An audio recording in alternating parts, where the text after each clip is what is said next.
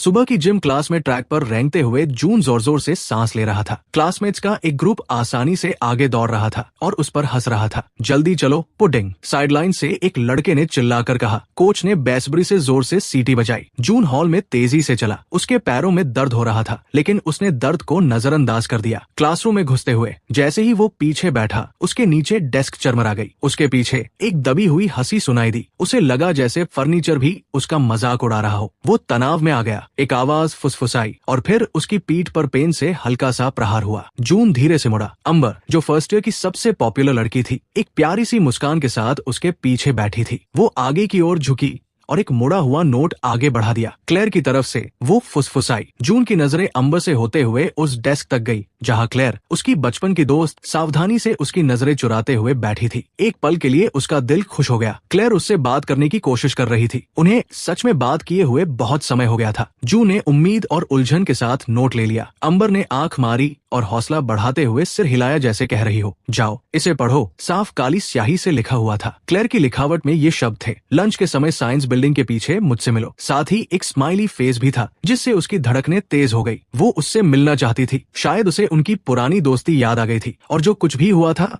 उसके लिए उसे अफसोस था। उसने पीछे मुड़कर क्लेयर को देखा। इस बार उसने उससे आंखें मिलाई, फिर अपना होंठ काटते हुए दूसरी तरफ देखने लगी। शायद वो भी नर्वस थी। अगले 1 घंटे तक वो क्लास में बिल्कुल भी ध्यान नहीं लगा पाया। उसके पेट में अजीब सी हलचल हो रही थी। उसने खुद से कहा कि ज्यादा एक्साइटेड न हो, लेकिन वो खुद को रोक नहीं पाया। वो बहुत अकेला था। क्लेयर के उससे बात करने के ख्याल से ही उसके सीने में दर्दनाक रूप से उम्मीद जाग उठी। जब आखिरकार लंच की घंटी बजी तो जून जल्दी से बाहर निकल गया। शांत हो जाओ, उसने सोचा। शायद वो सिर्फ माफी मांगना चाहती है या फिर से दोस्त बनना चाहती है। जून ने क्लेयर को छाव में खड़े हुए देखा, जो अपने फोन को देख रही थी। वो अकेली थी। जून ने एक झिझकती हुई मुस्कान बिखेरी। हे, जून ने धीरे से कहा, तुम बात करना चाहती थी? क्लेयर बेचैनी से हिली, अपने होंठ चबाते हुए जैसे सही शब्द ढूंढ रही हो। जून का दिमाग तेजी से दौड़ने लगा। क्लेयर, सब ठीक है, तुम मुझे कुछ भी बता सकती हो, उसने प्यार से कहा। क्लेयर ने झटके से अपना सिर उठाया और उसके भाव किसी बहुत ही ठंडे और क्रूर रूप में बदल गए। तुम्हें कुछ भी बता सकती हूँ, उसने दोहराया। क्या तुम्हें सच में लगा था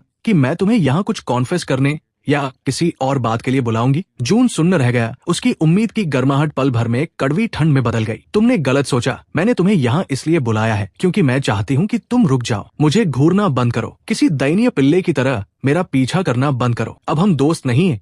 जून, सच कहो तो हम कभी दोस्त थे ही नहीं। मुझे बस तुम पर तरस आता था। उसके शब्दों की क्रूरता जून के पेट में एक मुक्के की तरह लगी, जिससे उसकी सांसें रुक गई और उसे चक्कर आने लगे। क्लेयर, प्लीज, वो फुसफुसाया। उसकी आंखों में गुस्सा झलक रहा था। नहीं जून, तुम्हें ये साफ साफ सुनने की जरूरत है। अंबर और बाकी सबने भी ये नोटिस किया है और ये बहुत ही अपमानजनक है। तुम मुझे शर्मिंदा कर रहे हो। बस मुझे हमेशा के लिए अकेला छोड़ दो। अचानक अंबर की आवाज ने उस सन्नाटे को चीर दिया जो झूठी हमदर्दी से भरी हुई थी। बेचारा जून, वो उनकी तरफ टहलती हुई आ रही थी, जिसके साथ मार्क, रयू और उनकी हमेशा वाली भीड़ थी। क्लेयर झिझकते हुए पीछे हट गई और बिना कोई शब्द कहे जल्दी से वहां से चली गई। जैसे ही सारी बातें समझ में आने लगी, जून का चेहरा अपमान से जलने लगा। ये सब एक सेटअप था। क्लेयर, अंबर, सब कोई, उन्होंने इसकी प्लान बनाई थी और वो सीधा उनके जाल में फंस गया। अंबर ने उस पर तरस खाने वाला मुंह बनाया। रिजेक्शन से दर्द होता है ना? उसने मजाक उड़ाते हुए उस दिशा में देखा जहां क्लेयर भागी थी और फिर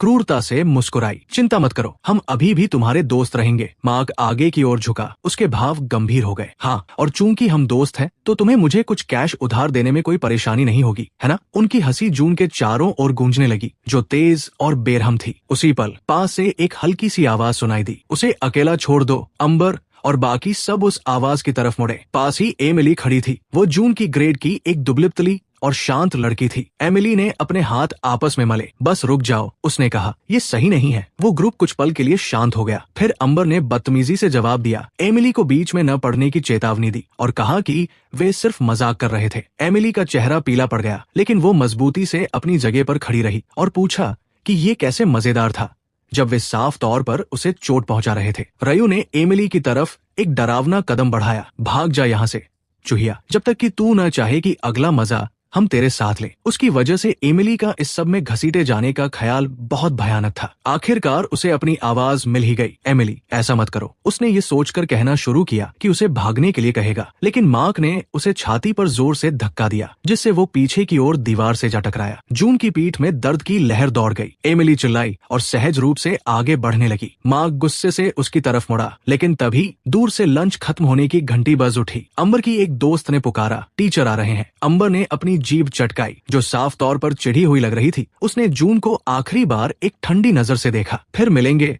जून बॉय। मार्क ने जाते जाते जून को अपने पैर से धक्का दिया और एक कुटिल मुस्कान के साथ दौड़ता हुआ चला गया। कुछ ही पलों में वे सब वहां से जा चुके थे। शर्म और दिल टूटने के आंसू अब आजादी से बहने लगे थे, क्योंकि अब वहां देखने के लिए एमिली के अलावा और कोई नहीं था। एमिली सावधानी से उसके पास आई और उससे कुछ फीट की दूरी पर घुटनों के बल बैठ गई। उसकी गहरी आंखें हमदर्दी और उदासी से भरी हुई थी। उसने अपनी जेब में हाथ डाला और एक साफ टिश्यू निकाला और कांपते हुए हाथों से उसे उसकी ओर बढ़ा दिया। जून झिझका, फिर उसे ले लिया। उसने अपना चेहरा पोंछा, हालांकि आंसू लगातार बह रहे थे। उसने जून से फुसफुसाते हुए माफी मांगी, ये मानते हुए कि उसे पता था, लेकिन उसने उसे चेतावनी नहीं दी। अफसोस के कारण उसकी आवाज टूट रही थी। जून ने अपनी भीगी आंखों से उसे देखा। उसके लिए एमिली की अपनी आंखें भी आंसुओं से चमक रही थी। उसने अपना सिर हिलाया, ये तुम्हारी गलती नहीं है, मुझे ही समझदार होना चाहिए था। वो एक कड़वी टूटी हुई हंसी हंसा। ये सोचना बेवकूफी थी कि वह। उसकी आवाज भारी हो गई और आंसुओं की एक नई लहर आ गई। एमिली ने बस एक पल के लिए संकोच किया और फिर प्यार से अपना हाथ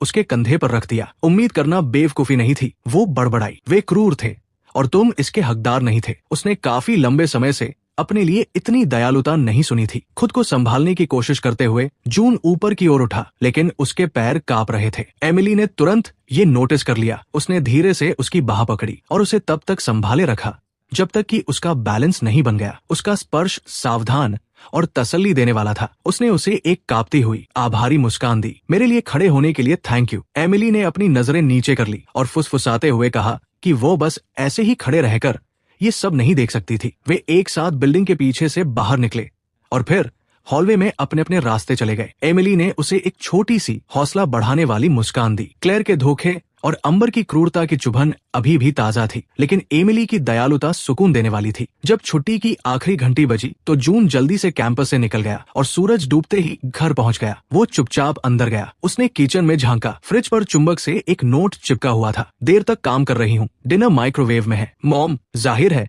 उसकी मॉम घर पर नहीं थी। इन दिनों वो शायद ही कभी सोने के समय से पहले घर आती थी। हमेशा ऑफिस के काम में डूबी रहती थी। जहाँ तक डैड की बात थी, वे उन्हें तब छोड़कर चले गए थे जब जून बहुत छोटा था। जून सीढ़ियों से ऊपर गया और देखा कि उसकी बहन सौ के बेडरूम का दरवाजा आधा खुला हुआ था। उसने उसे अंदर अपनी वैनिटी पर बैठे और बाल संवारते हुए देखा। तुम्हें क्या चाहिए? उसने अपनी आवाज में मौजूद चिढ़ को छिपाने की कोशिश किए बिना पूछा। एक पल के लिए उसने सौ को बताने के बारे में सोचा, लेकिन फिर उसे याद आया कि उसे उसकी परेशानियां सुनना बिल्कुल पसंद नहीं था। कुछ नहीं, उसने आखिरकार बड़बड़ाते हुए कहा। सौ ने उसे ऊपर से नीचे तक देखा। क्या तुम रो रहे थे या कुछ और? उसने अपनी बाहें मोड़ ली और झुंझलाहट में सांस छोड़ते हुए ऐसा व्यवहार किया जैसे उसे कोई असुविधा हो रही हो। कुछ नहीं हुआ, उसने पीछे हटते हुए साफ झूठ बोल दिया। सौ ने अपनी आंखें घुमाई। जो भी हो, बस मुझे शर्मिंदा न करने की कोशिश करना, ठीक है? मेरे पास निपटने के लिए पहले से ही बहुत कुछ है। इसके साथ ही वो वापस अपने शीशे की तरफ मुड़ गई और एक तरह से उसे वहां से जाने के लिए कह दिया, बिना कोई और शब्द कहे।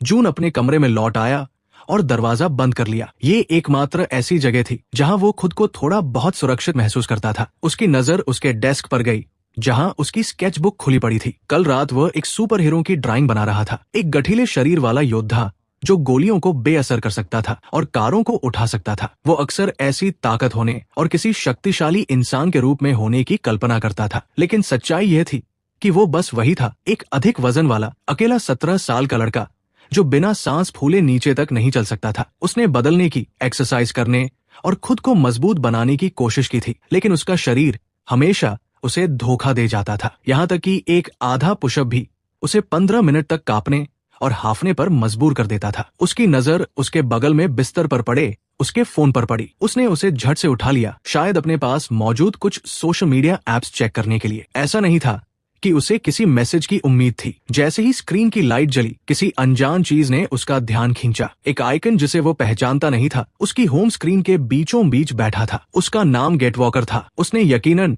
हाल ही में कोई नया ऐप डाउनलोड नहीं किया था। उसने जल्दी से इसे डिलीट कर दिया, लेकिन कुछ ही सेकंड बाद ये फिर से दिखाई देने लगा। जून की रीड में एक सिहरन दौड़ गई। उसने इसे फिर से डिलीट किया, 1 बार, 2 बार, 3 बार। हर बार ये पहले से ज्यादा तेजी से वापस आ जाता। अब उत्सुक होकर जून ने आइकन पर टैप किया। स्क्रीन एक सेकंड के लिए काली हो गई, फिर काले बैकग्राउंड पर साधारण सफेद फॉन्ट में टेक्स्ट की एक लाइन उभर कर आई। क्या आप अपनी सच्ची क्षमता को अनलॉक करने के लिए तैयार हैं? जून ने अपनी पलकें झपकाई। क्या ये किसी तरह का अजीब ऐड था? सवाल के नीचे 2 बटन्स अगल बगल दिखाई देने लगे, यस और नो। उसने ऐप को बंद करने का तरीका खोजा। इसमें कोई सामान्य इंटरफेस नहीं था। उसने फोन को पूरी तरह से बंद करने की कोशिश की, लेकिन वो पावर डाउन नहीं हुआ। डिवाइस उसके हाथ में हल्का सा वाइब्रेट हुआ और स्क्रीन पर मौजूद शब्द एक बार ऐसे झपके जैसे बहुत ही जरूरी हो। क्या आप खुद का सबसे बेहतरीन रूप बनना चाहते हैं? ऐसा लग रहा था कि जब तक वो जवाब नहीं देगा तब तक फोन उसे कुछ और नहीं करने देगा। वो बस एक पल के लिए और झिझका, फिर उसने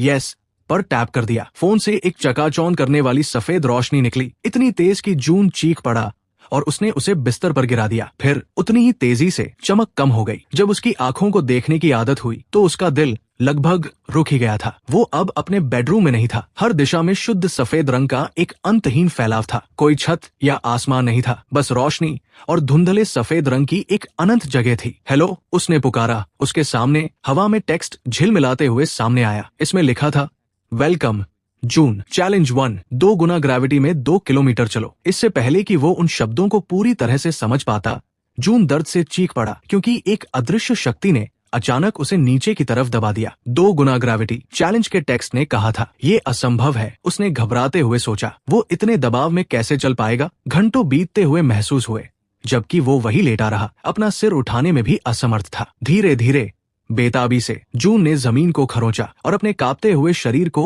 एक बार में 1 इंच आगे की ओर घसीटा। एक पैर उसने जबरदस्ती उसे आगे बढ़ाया और नीचे रखा। एक कदम, इस कोशिश से उसकी जांघों में दर्द की चुभन पहले से ही शुरू हो गई थी। उसने एक और कदम उठाया और फिर एक और। हर एक कदम बहुत भारी था। केवल 10 कदम के बाद उसके पैर अचानक लड़खड़ा गए और वो मुंह के बल ठंडी कठोर जमीन पर गिर पड़ा। आंसुओं ने उसकी आंखों को धुंधला कर दिया, लेकिन उसे वे सारे ताने, वो सारी हंसी याद आ गई। अगर ये अजीबोगरीब ट्रायल सच में मजबूत बनने की चाबी था तो ये उसका एकमात्र मौका था। इसलिए जून आगे बढ़ता रहा। उस सफेद फैलाव से आगे बढ़ने का कोई एहसास नहीं हो रहा था। बस एक छोटी सी डिस्प्ले दूरी की गिनती दिखा रही थी, 0.2 किलोमीटर। उसे कोई अंदाजा नहीं था कि वो यहाँ कितनी देर से फंसा हुआ है, घंटों से या शायद दिनों से। हैरानी की बात ये थी कि उसे बिल्कुल भी भूख या प्यास नहीं लग रही थी, फिर भी थकान उसे अंदर तक जला रही थी। 0.5 किलोमीटर तक पहुंचते पहुंचते जून के फेफड़ों में आग सी लग गई थी। जैसे ही उसने चलना बंद किया, हवा में एक आवाज गूंजी, चैलेंज को रोकते हुए। जून का सिर झटके से ऊपर उठा। वहाँ कौन है? उसने पुकारा, लेकिन कोई जवाब नहीं मिला। शायद ये ऐप की एक ऑटोमेटेड आवाज थी। शायद वो जरूरत के हिसाब से आराम कर सकता था, लेकिन उसे डर था कि अगर उसने ज्यादा समय लिया तो कोई पेनल्टी न लग जाए। कुछ मिनटों के बाद उसने खुद को जबरदस्ती पैरों पर खड़ा किया। रिज्यूम, वो बड़बड़ाया। डिस्प्ले ने एक एक कदम का जवाब दिया। उसे एक धीमी लय मिल गई, कदम सांस कदम सांस, जिसने उसे एक बार में कुछ मीटर आगे बढ़ाया। उसने स्कूल के ट्रैक की कल्पना की, उन मजाक उड़ाने वाले चेहरों को याद किया। अगर वो रोज उस अपमान को सह सकता था तो वो इस अकेले ट्रायल को भी पार कर सकता था। अब 1.0 किलोमीटर पर जून के मुंह से राहत की एक चीख निकल गई और वो गिर पड़ा। उसने अपनी आंखें बंद कर ली, बस सांस लेने की कोशिश कर रहा था। शायद ऐप ने किसी गलत इंसान को चुन लिया था। वो कमजोर था। वो एक ऐसा लड़का था जो हमेशा आखिर में आता था, आसानी से हार मान लेता था और कभी पलटकर जवाब नहीं देता था। नहीं, उसके अंदर की एक मजबूत आवाज ने विरोध किया। वो लड़का ऐसा हुआ करता था। वो बदलाव चाहता था, है ना? अगर उसे ऐसा करना पड़ा तो वो इंच इंच करके आगे बढ़ेगा। उसकी नजरों के सामने अंधेरा छाने लगा। वो बस इतना ही जानता था कि एक के बाद एक कदम आगे बढ़ाना है। 1.8 किलोमीटर पर जून दबी हुई आवाज में सिसक रहा था। बस थोड़ा सा और आगे वो खिसकता रहा, एक पैर के बाद दूसरे पैर को घसीटते हुए। आखिरकार एक आखिरी कदम के साथ डिस्प्ले बदल गया। 2 किलोमीटर। जीत की एक आवाज गूंज उठी। चैलेंज 1 पूरा हुआ। कांग्रेचुलेशंस, उस शांत आवाज ने ऐलान किया। कोई इनाम नहीं दिया गया, कोई स्पष्टीकरण नहीं था, लेकिन उसे अपने अंदर गर्व और राहत की एक बहुत बड़ी लहर महसूस हुई। एक पल बाद रोशनी ने उसे फिर से अपने अंदर समा लिया। जून अपने बेडरूम में झटके से जाग गया और कुछ पल के लिए सोचने लगा कि क्या वो सब कोई सपना था। उसका फोन वही उसके बगल में पड़ा था जहां वो गिरा था। ऐसा लग रहा था कि उसने उस अजीब जगह पर कई दिन बिता दिए हों। लेकिन अपनी अलार्म क्लॉक पर एक नजर डालते ही उसके दिल की धड़कन रुक सी गई। समय बिल्कुल भी आगे नहीं बढ़ा था। उसके फोन पर एक नोटिफिकेशन की आवाज आई जिससे वो चौंक गया। स्क्रीन पर वही ऐप था। वो एक बार चमका और फिर एक छोटा सा टेक्स्ट बबल सामने आया। स्टेटस चैलेंज 1 पूरा हुआ। जून ने स्क्रीन पर टैप किया लेकिन कुछ नहीं हुआ। उसने बैक बटन दबाया और इस बार उसने काम किया। ऐप तुरंत बंद हो गया। वो कांपते हुए पैरों पर खड़ा हुआ और उसे हैरानी हुई कि वे मजबूती से टिके रहे। असल में वो स्थिर महसूस कर रहा था। उसे अच्छा लग रहा था। वो अपने कमरे में कुछ कदम चला। उसके शरीर ने आसानी से उसका आदेश माना। वो हमेशा जो भारीपन महसूस करता था वो बहुत कम हो गया था। उसने थोड़ा सा उछलने की हिम्मत की। न केवल उसके दोनों पैर जमीन से ऊपर उठे बल्कि जब वो नीचे आया तो ये लगभग बहुत ही हल्का था। अपनी अलमारी के दरवाजे पर लगे शीशे के पास जाकर उसने देखा वो अभी भी वैसा ही दिख रहा था। गोलमटोल चेहरा, भारी भरकम शरीर, लेकिन कुछ थोड़ा सा अलग था। शायद उसके खड़े होने का तरीका। उसके दरवाजे पर एक हल्की सी दस्तक ने उसे उसकी सोच से बाहर निकाला। उसने जल्दी से दरवाजा थोड़ा सा खोला जिसमें से धुंधले हॉलवे में सौ खड़ी दिखाई दी। वो चिढ़ी हुई लग रही थी। उसकी भौहें तनी हुई थी। वो कैसी आवाज थी? उसने पूछा। क्या तुम गिर गए थे या कुछ और? जून ने अपना सिर हिलाया और जोर देकर कहा कि वो ठीक है। वो बस लड़खड़ा गया था। कोई गंभीर बात नहीं थी। जब उसे कुछ नहीं मिला तो उसने एक आह भरी। ठीक है,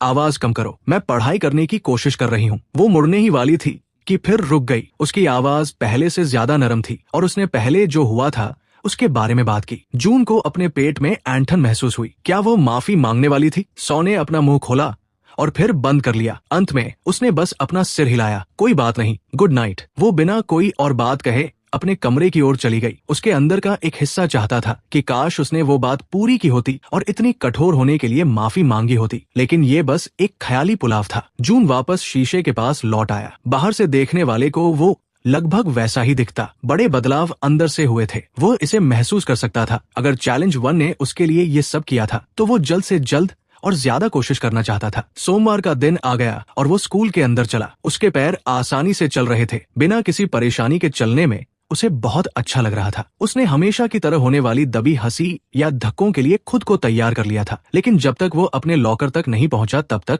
ऐसा कुछ नहीं हुआ। तो क्या ये जून बॉय नहीं है? एक मजाक उड़ाने वाली आवाज ने उसका स्वागत किया। उसने इसे तुरंत पहचान लिया। मार्क, उसके साथ उसका गुंडा दोस्त रयू भी था। जून ने घूंट भरा, खुद को शांत रखने की कोशिश करते हुए। मार्क ने एक ठंडी मुस्कान दी। उसकी आंखें खाली थी। करीब आते हुए उसने शुक्रवार को घंटी बजने पर जून की किस्मत के बारे में बात की। जून ने जल्दी से उन्हें भरोसा दिलाया कि उसने किसी को कुछ नहीं बताया है, टीचर्स को भी नहीं, किसी को नहीं। रयू ने नाक सिकोड़ी। जाहिर है तुमने नहीं बताया। हमारी शिकायत करो और तुम्हारे लिए ये और भी बुरा होगा। जून को थोड़ी सी चिढ़ महसूस हुई। मैं समझ गया, वो बड़बड़ाया। मार्क ने एक भौं उठाई, जून की पहले से ज्यादा मजबूत आवाज को नोटिस करते हुए। वीकेंड पर तुम्हारे अंदर हिम्मत आ गई है। उसने जून के कंधे पर हल्का सा धक्का दिया। अपनी औकात मत भूलना। मार्क हंसा और रयू के साथ वहां से चला गया। लंच के समय जून को कोर्टयार्ड के किनारे एक शांत जगह मिल गई। अक्सर वो अकेले ही खाता था, लेकिन आज कोई उसके पास आया। एमिली अपना लंच बैग पकड़े हुए कुछ कदम की दूरी पर खड़ी थी और उसने जवाब में गर्मजोशी से मुस्कुराते हुए उसे बैठने की जगह देने के लिए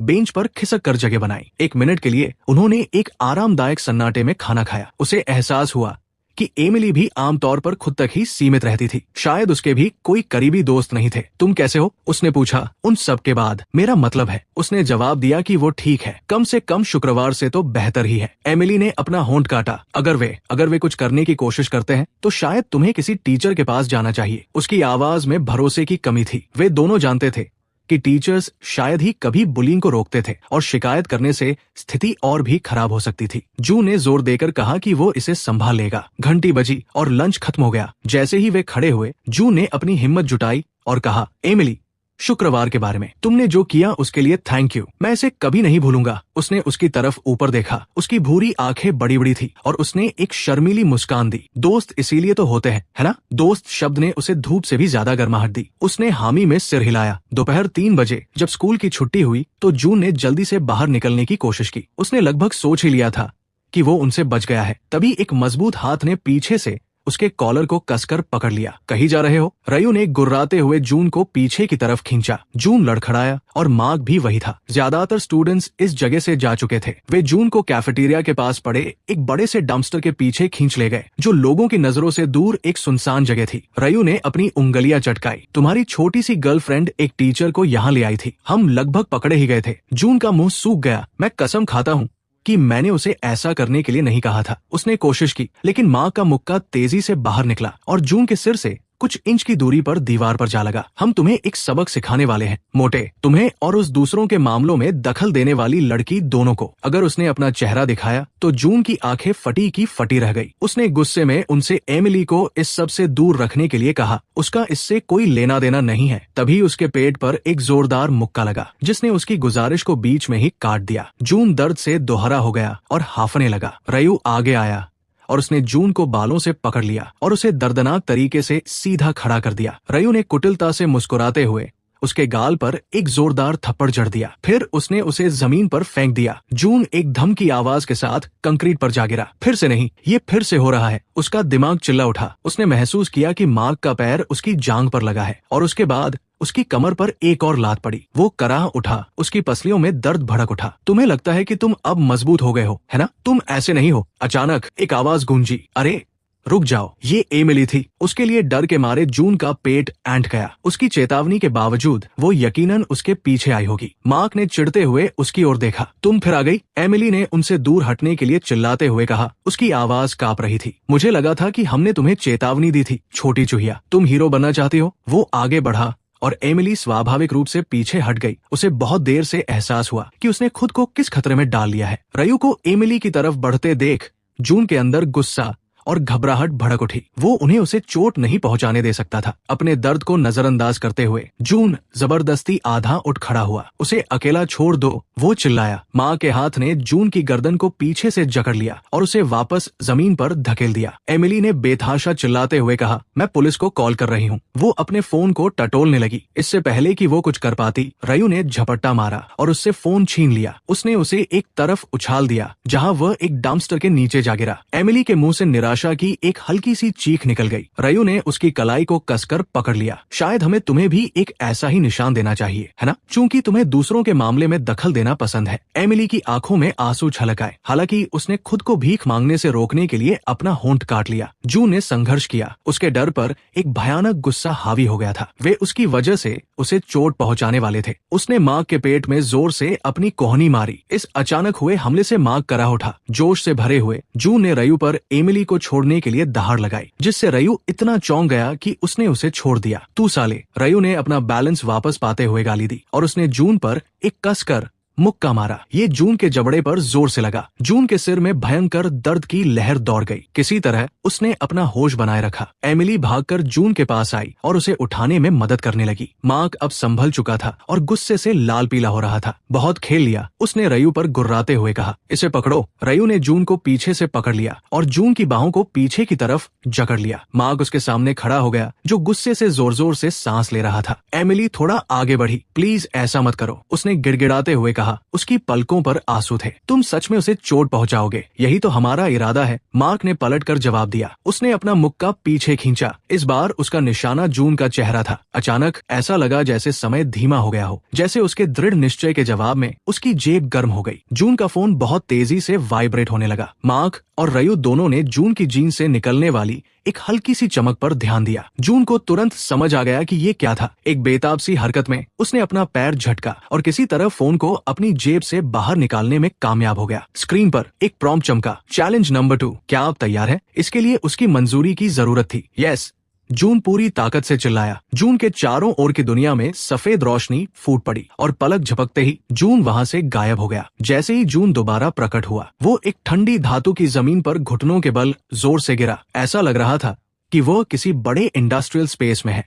जून लड़खड़ाते हुए अपने पैरों पर खड़ा हुआ। उन बुलीज की पिटाई का दर्द जा चुका था। असल में वो तरोताजा महसूस कर रहा था, मानो एंट्री करते ही ऐप ने उसकी शारीरिक स्थिति को रीसेट कर दिया हो। उसके सामने हवा में एक जाना पहचाना तैरता हुआ टेक्स्ट सामने आया, चैलेंज 2, आयरन गोलेम को हराओ। जैसे ही जून ने पढ़ना खत्म किया, वे अक्षर गायब हो गए। उसकी बाई ओर से खुरचने की आवाज आई। जून उस अंधेरे रास्ते की तरफ घुमा। आंखों की तरह दो लाल बत्तियां चमकी। एक भारी धातु की आवाज के साथ जून की सांसें अटक गई। एक आकार सामने आया। ये एक बख्तरबंद सैनिक की तरह बना हुआ एक ह्यूमैनॉइड रोबोट था। उसका दिल जोरों से धड़कने लगा जब वो विशाल ह्यूमैनॉइड रोबोट अंधेरे से बाहर निकला। एक ही पल में उसने छलांग लगा दी। जून की बचने की कोशिश बहुत धीमी साबित हुई। धातु के एक हाथ ने उस पर कुचलने वाली ताकत से मुक्का मारा। हड्डी टूटने की एक भयानक आवाज हुई और फिर कुछ नहीं, अंधेरा। कुछ पलों बाद जून वेयरहाउस के दरवाजे पर हाफते हुए वापस जिंदा हो गया। दृश्य फिर से रीसेट हो गया, मानो वो बुरा सपना फिर से शुरू हो गया हो। वही टिमटिमाती रोशनी, वही क्रेट्स की शांत कतारें। कमरे के उस पार रोबोट भी फिर से रिएक्टिवेट हो जाता है। इस तरह एक भयानक चक्र शुरू हुआ। रोबोट उसे वेयरहाउस की भूल भुलैया में लगातार ढूंढता रहता है और जब भी वो उसे पकड़ता है वो उसे बेरहमी से मार डालता है और हर बार दुनिया वापस शुरू से शुरू हो जाती है। इस नरक जैसे टाइम लूप में दिन या शायद हफ्ते बीत जाते हैं। इस आर्टिफिशियल दुनिया में उसे अब भोजन या पानी की जरूरत नहीं है। वो अपने ही बुरे सपने में किसी भूत की तरह बन जाता है। एक छिपने की जगह से दूसरी छिपने की जगह तक भागता रहता है। आखिरकार इतनी बार भागने और मरने का मनोवैज्ञानिक दबाव जून के अंदर कुछ तोड़ देता है। वो हर मुमकिन तरीके से मारा जा चुका है और फिर भी अब उसे इससे भी बुरा एहसास सता रहा है। शर्म, अपने डरपोकपन पर शर्म और अंतहीन रूप से पीछे हटने पर। रोबोट के लोहे के कदमों की आवाज पास ही गूंजती है, उसे ढूंढते हुए। जून को अपने सीने के अंदर गुस्से की एक चिंगारी सुलगती हुई महसूस होती है। जब एक और हिंसक मौत के बाद चक्र रीसेट होता है तो जून भागता नहीं है। इस बार वो खुले में आगे कदम बढ़ाता है और सामने से आते हुए रोबोट का सामना करता है। इसके बाद होने वाले टकराव बहुत ही क्रूर लेकिन ज्ञानवर्धक होते हैं। हर बार जब रोबोट जून पर हावी होता है और उसे मारता है तो वो कुछ नया सीखता है। वो रोबोट की पहुंच और उसके कुचलने वाले हमलों की टाइमिंग के बारे में सीखता है। वे सबक हर एक जानलेवा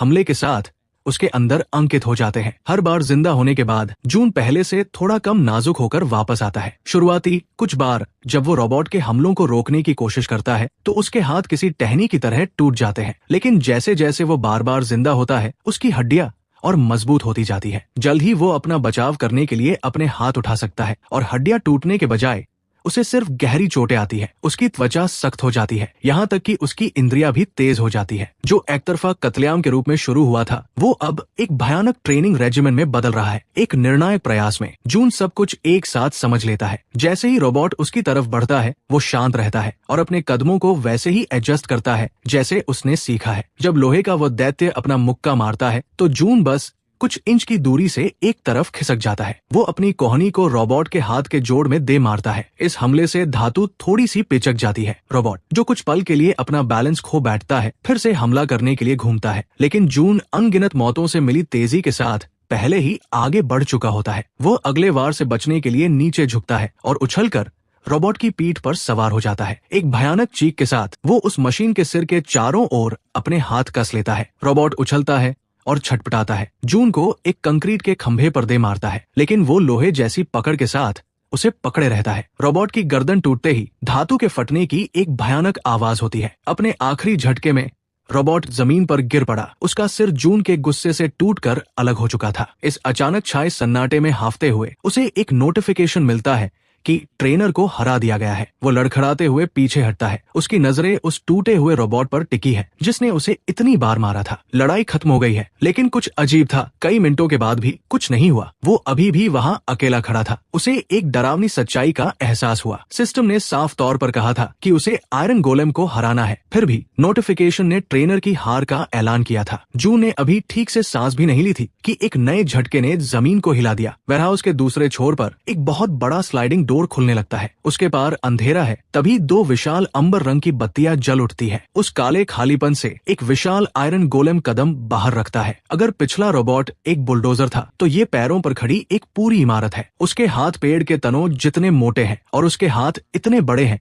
कि वे एक कार को कुचल सकते हैं। लेकिन जून यहाँ तक हार मानने के लिए नहीं आया है। वो अपने पैर जमाता है और अपनी मजबूत मुट्ठियां उठाता है। ये आखिरी चैलेंज आ गया है और वो इसका डटकर सामना करेगा। आयरन गोलेम पहले हमला करता है। उसका एक विशाल हाथ पूरी ताकत से नीचे की तरफ आता है। जून खुद को एक तरफ उछाल देता है और कुचले जाने से बाल बाल बचता है। इसके बाद एक ऐसी लड़ाई शुरू होती है जो जून ने पहले कभी नहीं लड़ी थी। वो मलबे के बीच से गुजरता है और पागलों की तरह उसकी कोई कमजोरी ढूंढने की कोशिश करता है। करता है। जब भी उसे मौका मिलता है वो तेजी से जवाबी हमले करता है। उसके वार से आयरन गोलेम के कवच पर बस हल्के से निशान पड़ते हैं। हर मिनट आयरन गोलेम जून को थका रहा है। जब गोलेम किसी तरह जून को पकड़ने और दबाने में कामयाब हो जाता है तो उसे महसूस होता है कि उसकी पसलियां मुड़ रही है और टूटने की कगार पर है। फिर भी वो एक दर्दनाक चीख के साथ खुद को आजाद कर लेता है। वो कुछ पल के लिए बेहोश हो जाता है और फिर से लड़ने की भयंकर इच्छा के साथ होश में आता है। ऐसा लगता है जैसे उसका शरीर अब मरने से ही इनकार कर रहा हो। जून एक आखिरी कोशिश के लिए खुद को संभालता है। वो और आयरन गोलेम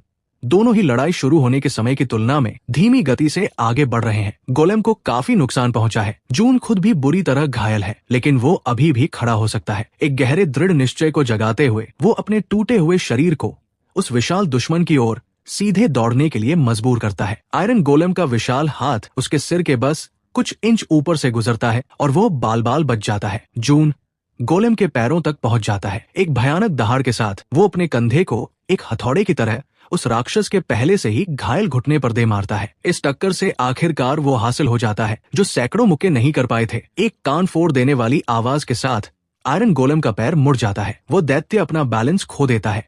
वो खुद को संभालने की कोशिश करता है, लेकिन जून पहले से ही अपने पैरों पर खड़ा है और वो अपना पूरा वजन गोलेम के दूसरे पैर पर डाल देता है। आयरन गोलेम के गिरते ही एक जोरदार धमाका होता है। जून उछलकर आयरन गोलेम की चौड़ी छाती पर बैठ जाता है। आखिरकार उसके पास एक बहुत ही महत्वपूर्ण चीज पर वार करने का खुला मौका है। गोलेम के धड़ के बीच से एक हल्की नीली चमक बाहर आ रही है जो उसके पावर कोर की तरह लग रही है। एक भयानक चीख के साथ जून अपनी मुट्ठी उठाता है और उसे एक हथौड़े की तरह नीचे मारता है। उस वार से कवच पर एक गड्ढा बन जाता है। वो पीछे हटता है और दर्द से चीखते हुए फिर से वार करता है। जून ने उसी जगह पर मुक्कों की लगातार बारिश कर दी। अपनी टूटी हुई उंगलियों के साथ जून अभी भी उस चिंगारी निकालते हुए छेद में हाथ डालता है और उसकी मुट्ठी में जो भी आता है उसे पकड़ लेता है। गर्म केबल्स का एक बंडल जो कि कोर का ही एक हिस्सा है, अपनी बची हुई पूरी ताकत लगाकर आयरन गोलेम उसके नीचे कांपने लगता है। उसकी चमकती हुई आंखें एक बार झिलमिलाती है और फिर बुझ जाती है। उसका बचा हुआ हाथ एक भारी आवाज के साथ बेजान होकर जमीन पर गिर जाता है। चैलेंज नंबर 2 पूरा हुआ। उसके चारों ओर वेयरहाउस का दृश्य सफेद रोशनी में घुलने लगा। Congratulations challenger. जैसे ही दुनिया धुंधली हुई वो शांत आवाज बोली। जब जून ने अपनी आंखें फिर से खोली तो वो वापस स्कूल के पीछे था। वो उसी पल में वापस आ गया था जब वो गया था, बिल्कुल वही जहां उन बुल्लीज ने उसे घेरा था। असल दुनिया में समय बिल्कुल भी आगे नहीं बढ़ा था। सारा नजारा जमा हुआ था। मार्क का मुक्का अभी भी जून के चेहरे की तरफ आ रहा था, लेकिन जून अब वो लड़का नहीं रहा था जो कुछ पलों पहले असहाय खड़ा था। उसने बचने की कोशिश भी नहीं की। मुक्का सीधे जून पर लगा, फिर भी उसे कुछ महसूस नहीं हुआ। इसके बजाय ये मार्क था जो दर्द के मारे अपना हाथ झटकते हुए तेजी से पीछे हट गया। जून ने देखा कि रयू ने उसे अभी भी कसकर पकड़ा हुआ था। उसने रयू का हाथ पकड़ लिया और उसे ऐसे उठाया मानो उसका कोई वजन ही न हो। बस एक हल्का सा दबाने पर उसने महसूस किया कि रयू की कलाई टूट गई है, जिससे रयू दर्द से चीखने लगा और अपने घुटनों पर गिर पड़ा। ये क्या है? मार्क हैरानी से चिल्लाया क्योंकि जून रयू की पकड़ से फिसल गया था। जून शांति से माँ का सामना करने के लिए मुड़ा। उसने जो कुछ भी सहा था उसके बाद इन दोनों बुली से निपटना किसी बच्चे के साथ खेलने जैसा लग रहा था। मार्क ने गुस्से में जून के चेहरे पर मुक्का मारा।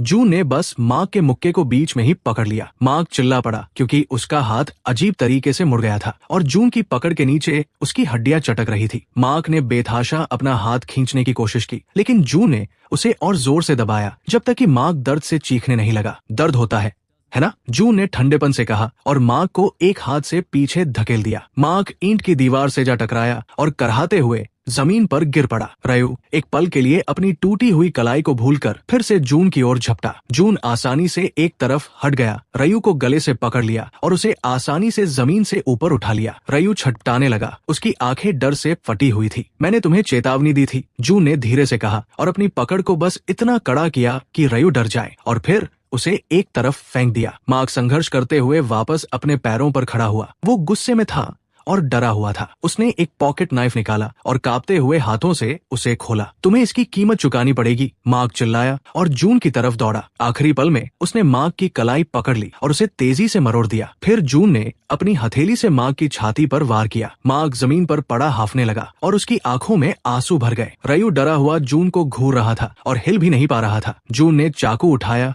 उसे बंद किया और उन दोनों बुलीज को घूर कर देखा। ध्यान से सुनो, अगर तुम में से कोई भी दोबारा मेरे या एमिली के पास आया तो मैं सिर्फ हड्डियां ही नहीं तोड़ूंगा। दोनों लड़कों ने जल्दी से सिर हिलाया। उनकी आंखों में डर साफ दिख रहा था। जून के पीछे आखिरकार एमिली ने हरकत की। उसकी आवाज कांप रही थी लेकिन चिंता से भरी थी। सब ठीक है, उसने धीरे से उसे भरोसा दिलाया और हारे हुए बुली से मुंह फेर लिया। मार्क और रयू ने उस पल का फायदा उठाकर लड़खड़ाते हुए अपने पैरों पर खड़े होने की कोशिश की। एमिली का चेहरा आंसुओं से भीगा हुआ था लेकिन उसकी आंखों में एक चमकती हुई राहत थी। मुझे यकीन नहीं हो रहा। तुमने कैसे? क्या तुम सच में ठीक हो? जू ने किसी तरह एक हल्की सी मुस्कान दी। मैं ठीक हूँ एमिली। सच में? उसे एहसास हुआ कि वो पहले से कहीं ज्यादा सीधा खड़ा था। उसके कंधे तने हुए थे। एमिली को उसकी आंखों से आंखें मिलाने के लिए अपना सिर थोड़ा ऊपर उठाना पड़ा। ऐसा लग रहा था कि एमिली ने अभी जो कुछ भी देखा था उसके बारे में वह दर्जनों सवाल पूछना चाहती थी, लेकिन उसने अपना होंठ काट लिया क्योंकि वो पक्के तौर पर नहीं जानती थी कि उसे पूछताछ करनी चाहिए या नहीं। स्कूल में अगले कुछ दिन जून के लिए एक अजीब सी धुंध में गुजर गए। कैफेटेरिया के डंपस्टर के पीछे जो हुआ उसकी अफवाहें तेजी से फैल गई। कैसे मार्क और रयू रहस्यमय तरीके से पिट गए थे। कुछ लोगों ने कहा कि किसी अनजान अपरक्लासमैन ने उन्हें पीटा है। दूसरों ने फुसफुसाते हुए कहा कि ये वही मोटा लड़का था जिसने अजीब तरीके से उन्हें हरा दिया था। बहुत कम लोगों ने दूसरी बात पर विश्वास किया और जून ने खुद को सबसे दूर ही रखा। बुधवार की शाम को जून ने जानबूझकर अपने सारे बचे हुए काम पूरे कर लिए। उसने अपनी मॉम और सौ को बताया कि वो एक हफ्ते के लिए बाहर रहेगा और उनसे कॉल न करने के लिए कहा क्योंकि उसे पूरी तरह से पता था कि वो क्या करने जा रहा है। जब उसने उस रहस्यमय ऐप को खोला तो वो धीरे से चमका। चैलेंज नंबर 3 अनलॉक हो गया है। बिना किसी हिचकिचाहट के जून ने चैलेंज 3 पर एक्सेप्ट दबाया जिससे उसका कमरा एक शानदार सफेद रोशनी में डूब गया। जब उसने अपनी आंखें खोली तो वो एक और नई दुनिया में खड़ा था। ये जगह उस खालीपन या वेयरहाउस जैसी बिल्कुल नहीं थी। उसने खुद को चिलचिलाती धूप के नीचे एक विशाल खुले परिदृश्य में पाया। नोटिफिकेशन सामने आता है। चैलेंज 3 गुना ग्रेविटी और अत्यधिक गर्मी की स्थिति में 1,00,000 पुशअप्स और 10,000 किलोमीटर की दौड़ पूरी करो। उसका पुराना रूप डर गया होता और तुरंत पीछे हट गया होता, लेकिन अब नहीं। उसने याद किया कि पहले 2 चैलेंजेस कितने असंभव लग रहे थे, फिर भी उसने उन पर जीत हासिल की थी। उसे कोई डर नहीं लग रहा था, सिर्फ एक दृढ़ निश्चय था। अचानक तुरंत ही एक भारी वजन उसके ऊपर आ गिरा। 3 गुना ग्रेविटी एक्टिवेट हो गई थी। जून लड़खड़ाया लेकिन सीधा खड़ा रहने में कामयाब रहा। जून ने एक गहरी सांस ली और तुरंत उसे इसका पछतावा हुआ क्योंकि गर्म हवा ने उसके गले को झुलसा दिया था। ठीक है, वो खुद से बड़बड़ाया। 1 पुशअप, 2, 3, 10 पर उसके हाथ कांपने लगे। 15 पर वे जलने लगे। उसने गिरने से पहले खुद को जबरदस्ती 20 तक पहुंचाया। अभी 99,800 और करने हैं। वो एक रूखी हंसी के साथ हाफने लगा। थोड़ी देर आराम करने के बाद उसने फिर से कोशिश की। उसके हाथ मजबूत थे लेकिन दुगनी ग्रेविटी के खिलाफ अपने भारी शरीर को धक्का देना जल्द ही यातना का एक नया रूप बन गया। वो दर्द के हावी होने से पहले किसी तरह 30 पुशअप्स कर पाया। 15वें दिन तक उसे मति भ्रम होने लगा था। अंबर की हंसी गूंज रही थी। हार मान लो मोटे। 60वें दिन वो बीच दौर में गिर पड़ा। उसकी नजरों के सामने अंधेरा छा रहा था। एमिली की एक परछाई सामने आई जो पानी की बोतल दे रही थी। तुम जितना सोचते हो उससे कहीं ज्यादा मजबूत हो, उसने फुसफुसाते हुए कहा। उसने उस भ्रम को पी लिया और भी तेजी से दौड़ने लगा। जून जानता था कि इसमें बहुत समय लगेगा। समय के साथ वो इसके अनुकूल हो गया। उसकी मांसपेशियां मजबूत हो गई और उसने हजारों पुशअप्स और सिटअप्स किए और सैकड़ों किलोमीटर की दौड़ पूरी कर ली थी। उसका शरीर तेजी से बदल गया। उसका फैट कम हो गया और लीन मसल बन गई। बीच में कभी कभी जून अपनी शारीरिक सीमाओं तक पहुंच जाता था जिससे उसे पूरी तरह से ठीक होने के लिए 1 हफ्ते तक आराम करना पड़ता था। एक बार तरोताजा होने के बाद उसने एक नए दृढ़ निश्चय के साथ अपनी एक्सरसाइजेस शुरू की। आखिरकार ऐसा लगने लगा जैसे सालों बीत गए हों। अब बस दौड़ना बाकी था। अभी भी सैकड़ों किलोमीटर आगे थे। दृढ़ निश्चय के साथ उसने हार नहीं मानी। जैसे ही वो फिनिश लाइन के करीब पहुंचा उसने आखिरी दौड़ के लिए अपनी सारी ताकत जुटा ली। उस अनदेखी फिनिश लाइन को पार करते ही जीत की एक घंटी जोर से गूंज उठी। जून रुक गया, हाफते हुए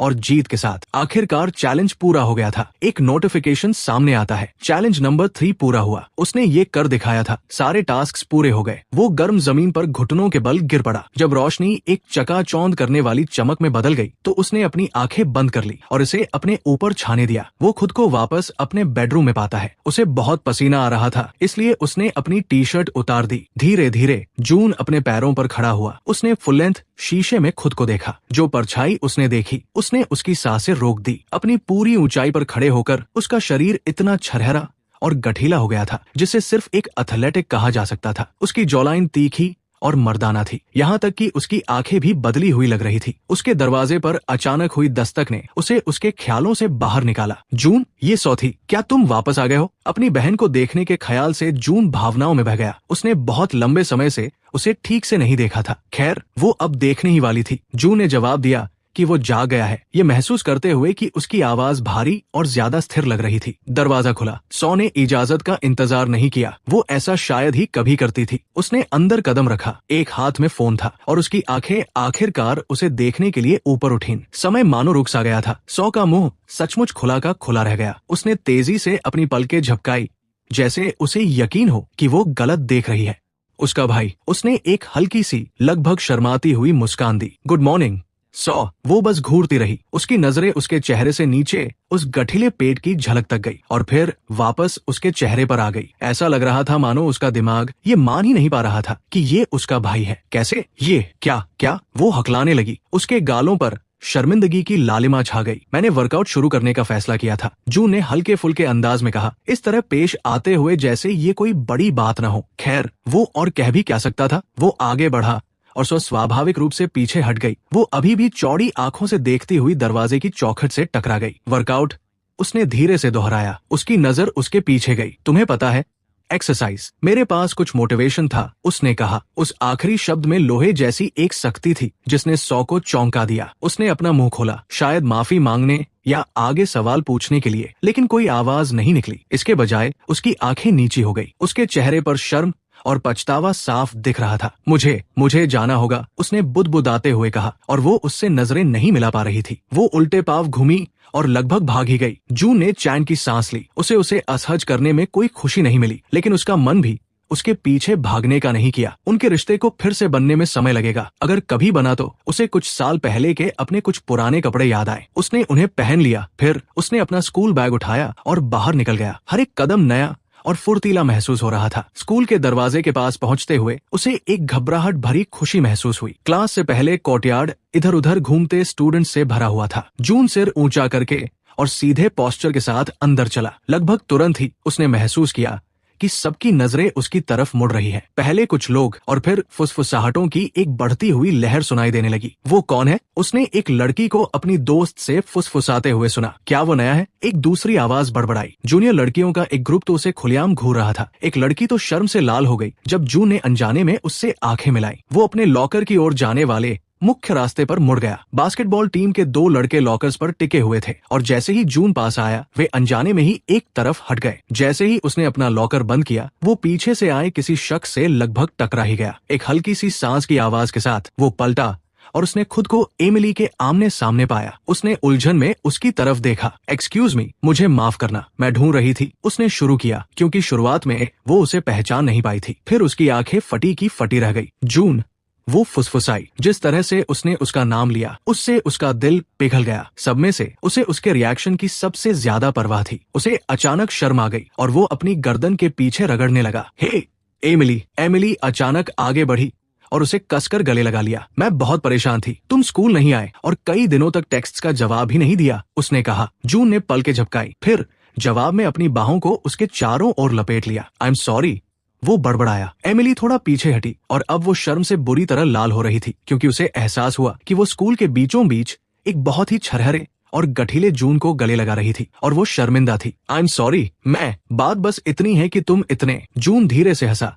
मुझे पता है कि ये बहुत ज्यादा है, मैं सब कुछ समझा दूंगा, मेरा वादा है। एमिली ने सिर हिलाया। उसने उसकी तरफ देखकर मुस्कुराया और उसे फिर से वो गर्मजोशी महसूस हुई। वो एमिली से उसकी क्लासरूम पर लंच के समय मिलने के वादे के साथ विदा हुआ। जैसे ही वो अंदर गया, कमरा शांत हो गया। उसकी टीचर जो बीच वाक्य में थी, वो भूल गई कि वे क्या कह रही थी। कुछ छात्रों के मुंह से जोर की आवाज निकली। जून, टीचर ने आखिरकार ऐसे पूछा मानो वे अपने रोस्टर में कोई नया छात्र देख रही हूँ। हाँ मिसेस पार्ड, मुझे देर हो गई, इसके लिए माफी चाहता हूँ। उसकी आवाज ने कुछ और लोगों का ध्यान खींचा। हे भगवान, तुम दिख रहे हो, उसने शुरू किया, फिर खुद को संभाला और अपना गला साफ किया। पूरी सुबह जून को लगातार घूरती हुई नजरों और फुसफुसाहटों का सामना करना पड़ा। उसने विनम्रता से जवाब दिया, लेकिन उन्हें बढ़ावा नहीं दिया। हालांकि जिस बात ने उसे खुशी दी वो कम से कम एक इंसान को इस सारी अटेंशन पर जलते हुए देखना था। अम्बर, उसने पहली बार उसे क्लासेस के बीच हॉलवे में देखा, जो लॉकर्स के पास अपने ग्रुप के साथ खड़ी थी। जब अम्बर ने उसे कॉरिडोर में आते हुए देखा तो उसकी आंखें फटी की फटी रह गई। शुरुआत में ऐसा लगा कि वो उसे पहचान नहीं पाई। उसकी नजरें किसी भी लड़की की तरह एक हॉट लड़के को ताड़ने जैसी थी। जब उसने उसे एक शांत और समझदार मुस्कान दी तभी उसे एहसास हुआ। जून, अम्बर की चीख निकल गई, जिससे उसकी सहेलियां हैरानी से उसकी तरफ देखने लगी। वो रुका और अपना सिर झुकाया। अम्बर का चेहरा शर्म से लाल हो गया। वो हैरान थी। उसने जिस लड़के का मजाक उड़ाया था उसे इस हैंडसम लड़के के साथ मिलाने की कोशिश में वो उलझ गई थी। तुम दिख रहे हो, वो हकलाने लगी और फिर एक सीखी हुई फ्लर्टी मुस्कान बिखेरी। तुम बहुत अच्छे लग रहे हो। उसकी चमचियों ने एक दूसरे की तरफ देखा। उनमें से एक, मरिस ने बीच में कहा, हाँ मतलब सच में बहुत अच्छे। जून को उनकी इस साफ दिखने वाली चापलूसी पर घिन आई, लेकिन उसने एक विनम्र दिखावा बनाए रखा। थैंक्स। वो आगे बढ़ने ही वाला था, लेकिन अम्बर ने हाथ बढ़ाकर धीरे से उसकी बाह को छू लिया। हे, मैं बस लड़कियों को इस शुक्रवार रात अपने घर पर होने वाली पार्टी के बारे में बता रही थी। तुम्हें जरूर आना चाहिए, बहुत मजा आएगा। उसकी आवाज कुछ ज्यादा ही मीठी थी। खुद को हंसने से रोकने के लिए जून को अपनी पूरी इच्छा शक्ति लगानी पड़ी। यही तो बात है, उसने सोचा। वो पॉपुलर लड़की अब मुझे चाहती है। उसने अपनी बाह पर रखे उसके हाथ को तब तक देखा जब तक कि उसने उसे हटा नहीं लिया और फिर सीधे उसकी आंखों में देखा। शुक्रवार को पार्टी? तुम्हें पता है कि ये सब मुझे पसंद नहीं है, उसने ठंडेपन से कहा। अम्बर ने पलकें झपकाई। इस रिजेक्शन से वो हैरान थी। सबसे पॉपुलर लड़की होने के नाते उसे लड़कों के इस मौके के लिए तरसने की आदत थी। उसने एक छोटी सी घबराई हुई हंसी हंसी, ये मानकर कि शायद वो मजाक कर रहा है। उसने अपनी आवाज धीमी करते हुए थोड़ा और पास कदम बढ़ाया। मुझे पता है कि हम पहले ज्यादा साथ नहीं रहे, लेकिन मैं सच में तुम्हें बेहतर तरीके से जानना चाहूंगी। जून, कुछ महीने पहले ये एक सपने जैसा होता, अब इससे उसे थोड़ी घिन आ रही थी। उसने धीरे से कहा, ताकि केवल वो और उसकी सबसे करीबी सहेली ही सुन सके। मुझे बेहतर तरीके से जानना। अम्बर, हम दोनों जानते हैं कि तुमने कभी इस बात की परवाह नहीं की कि मैं असल में कौन हूँ। उसकी मुस्कान फीकी पड़ गई। ये सच नहीं है। उसने उसे अपनी बात पूरी नहीं करने दी और अपनी आवाज ऊंची कर ली। सच तो ये है अम्बर कि मुझे क्रूर और छिछोरे लोगों के साथ घूमने में कोई दिलचस्पी नहीं है। उनके आसपास सन्नाटा छा गया क्योंकि पास के स्टूडेंट्स को इस तनाव का एहसास हो गया था। अम्बर को ऐसा लगा जैसे उसने उसे थप्पड़ मार दिया हो। वो अभी रुका नहीं था। हफ्तों के दबे हुए दर्द ने उसके शब्दों को दिशा दी। तुम अब मेरी परवाह सिर्फ इसलिए करती हो क्योंकि मैं कैसा दिखता हूँ, लेकिन अंदर से मैं अभी भी जून हूँ। वो पीछे हट गया। तुम्हारा बदसूरत दिल मुझे तुम्हारी इस झूठी दयालुता से भी ज्यादा बुरा लगता है। अपना इनविटेशन अपने पास रखो। मैं तुम्हारे आसपास भटकना भी पसंद नहीं करूंगा। इकट्ठी हुई भीड़ में से किसी के मुंह से ओ की आवाज निकली। अम्बर की सहेलियां उसे घूर रही थी क्योंकि उन्होंने अपनी क्वीन बी को डंक खाते हुए देख लिया था। खुद अम्बर पूरी तरह से शर्मसार दिख रही थी और उसका मुंह बिना कोई शब्द कहे खुल और बंद हो रहा था। जून पलटा और बिना उसे दोबारा देखे वहां से चला गया। बाद में जब उसने कोर्टयार्ड पार किया तो उसकी नजर ओक के पेड़ के नीचे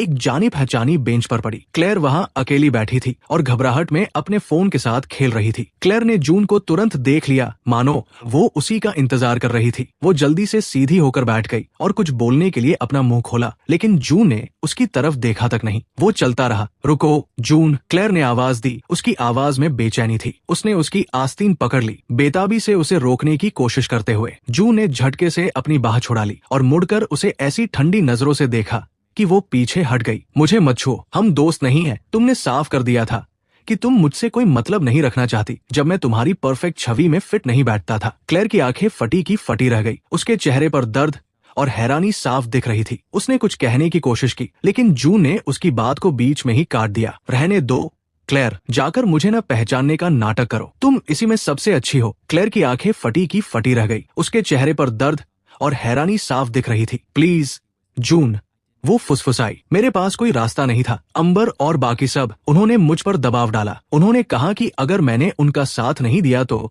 वे मुझे बर्बाद कर देंगे। जून ने वापस देखा। उसकी आवाज ठंडी और बेरहम थी। तुम्हारे पास हमेशा एक रास्ता था। तुमने मेरे ऊपर अपनी पॉपुलैरिटी को चुना। क्लेयर ने अपना सिर हिलाया और उसके गालों पर आंसू बहने लगे। मुझे पता है कि ये गलत था। मैं तुम्हें कभी चोट नहीं पहुंचाना चाहती थी। मैं डर गई थी और अब तुम फिर से डर गई हो। जून ने तीखेपन से कहा, डर गई हो कि वे तुम्हें भी वैसे ही निकाल फेंकेंगे जैसे तुमने मुझे फेंका था। खैर, जब सब कुछ खत्म हो जाता है तो मैं अब तुम्हारा बैकअप प्लान बनकर नहीं रहूंगा। वो दृढ़ निश्चय के साथ मुड़ा और बिना दोबारा देखे वहां से चला गया। क्लेयर वही खड़ी रही और खामोशी से आंसू बहाती रही। लंच के समय वो ओक के पेड़ के नीचे एमिली से मिला। वे घास पर एक साथ बैठ गए जहां कोई उनकी बात न सुन सके। उसने उसे कहानी का एक अलग रूप बताया। एमिली ने सुना। उसकी आंखें तारीफ और परवाह से चमक रही थी। मुझे तुम पर बहुत गर्व है जून, उसने सच्चे मन से कहा, लेकिन इन सबसे पहले भी तुम हमेशा गर्व करने लायक थे। तुम ये जानते हो, है ना? उसने धीरे से उसका हाथ पकड़ लिया। वो उसके हाथों में बहुत छोटा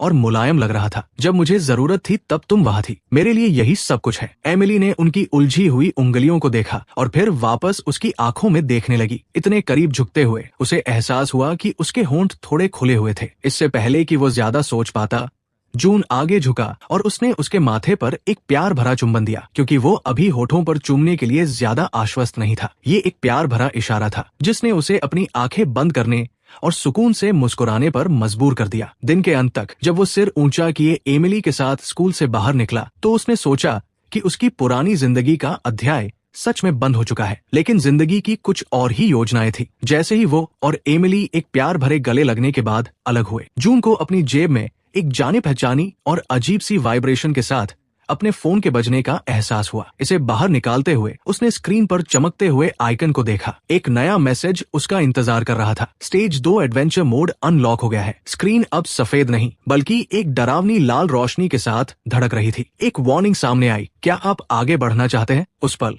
उसने सोचा कि वो कितनी दूर आ गया है और ये देखने के लिए कि वो खुद को और कितना आगे ले जा सकता है। उसके अंदर एक बढ़ती हुई उत्सुकता पैदा हो रही थी। एक दृढ़ सांस के साथ जून ने यस दबा दिया। इस बार दुनिया रोशनी से नहीं भरी। जून के सामने एक घूमता हुआ नीला पोर्टल बन गया। एक गहरी सांस लेते हुए उसने आगे कदम बढ़ाया। जैसे ही उसकी आंखों को देखने की आदत हुई, उसने महसूस किया कि वो मशालों से रोशन एक ऐसे गलियारे में था जो किसी प्राचीन भूमिगत गुफा जैसा लग रहा था। ये उस साफ सुथरे ट्रेनिंग ग्राउंड जैसा बिल्कुल नहीं था। अंधेरे से एक धीमी गुर्राहट आई और जून तुरंत सतर्क हो गया। एक आकृति बाहर आई जो विशाल और भद्दी थी। उसके पीछे और भी लड़खड़ाते हुए आकार और चमकती हुई आंखें दिखाई दी। फिर भी जून पीछे नहीं हटा। इसके बजाय उसके चेहरे पर एक धीमी सी मुस्कान फैल गई। ठीक है, वो बड़बड़ाया, अपनी मुट्ठियां भींचते हुए अपनी पूरी ताकत के साथ मारा गया एक मुक्का जो उसकी कमाई गई ताकत के हर एक कतरे से और भी शक्तिशाली हो गया था। के जबड़े पर लगा, जिससे उसके दांत चारों ओर उड़ गए। गले से निकलने वाली गुर्राहट गूंज उठी क्योंकि और भी जीव उन अंधेरी कोठरियों से बाहर रेंगने लगे।